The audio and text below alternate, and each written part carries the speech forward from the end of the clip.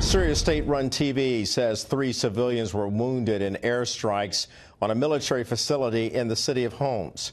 Meanwhile, supporters of Syrian President Bashar al-Assad gather in the streets of Damascus in defiance of the joint attack by the U.S., France, and the U.K. Jaffer joins us now from our Washington bureau with more details about this. He is the founder of the National Security Institute, and he's a former senior advisor to the House Intelligence Committee, as well as former White House counsel to President Bush. Thanks for joining us well, it's really early in the morning right now for you, Jamil, so thanks for staying up with us. Jackie and I are used to this all-nighter thing that we do, but obviously this is for a very difficult situation. That is what to do about Bashar al-Assad and his penchant for using chemical weapons. Did the United States, the UK, and France send a clear message that enough is enough?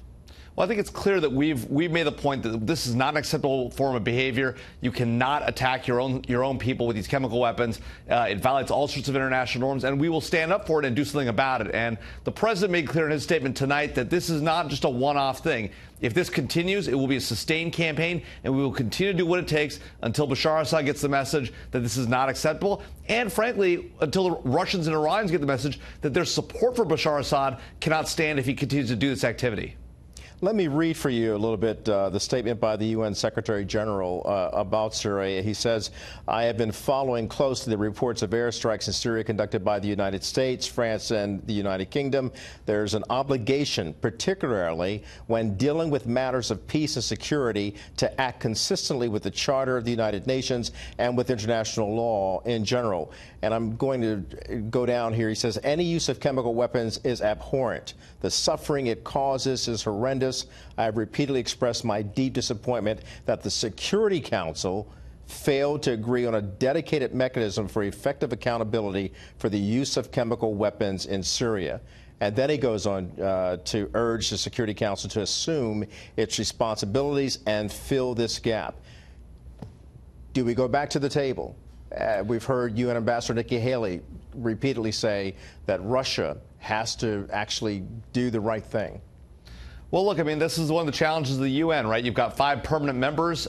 Each of them has a veto, includes us, but it also includes Russia. And so Russia could veto any action by the Security Council, and it pretty much indicated they would do so if the Security Council sought to act against Bashar al-Assad and take action. So we'll see what happens. I think there's no reason not to try once again and put this before the Security Council, make it clear that Russia is the problem here.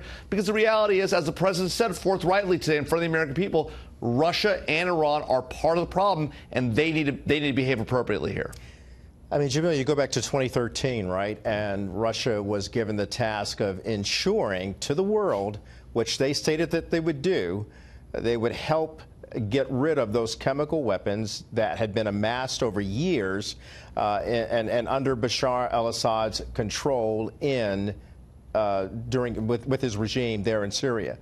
So what happens when Secretary of State John Kerry during the Obama administration says all those weapons are gone, we trust them, but we didn't verify it?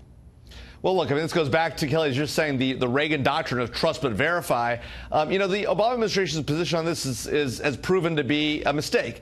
You know, they thought that the threat of the use of force would bring Russia and Bashar al-Assad and the Syrians to the table, and they get rid of the chemical weapons. As you said, John Kerry famously said, they're all gone. We always knew that wasn't true because just soon thereafter, Bashar al-Assad started attacking his own people with chemical weapons, including chlorine and sarin later on. And so we knew that it never actually worked, and yet we sort of continued the false sort of narrative. And the challenge, I think, what part of it was, to be frank, was the desire to get the JCPOA, the Iran nuclear deal done, and keep that in place with the Iranian support for the Syrian regime. And so, you know, we're back where we thought we'd be because the deal never was a real deal with the Russians. It was never a real deal, you know, with the Iranians backing Hezbollah, which was ultimately backing the Syrian regime. My time's running short here. So what's the next step? Give me some next steps here. Well, look, I think the big thing is we've got to be prepared to take more action if this behavior continues on the part of the Syrians. I think we have to actually penalize Russia and Iran for their support of Syria, because at the end of the day, the Assad regime doesn't survive if the Russians and Iranians don't back him. And so we've got to take the fight to the Russians and Iranians. They still have paid no real price for this support, and we've got to exact some price from them too. All right, we'll leave it there. Jamil Jaffer, founder, National Security Institute. Thanks, sir.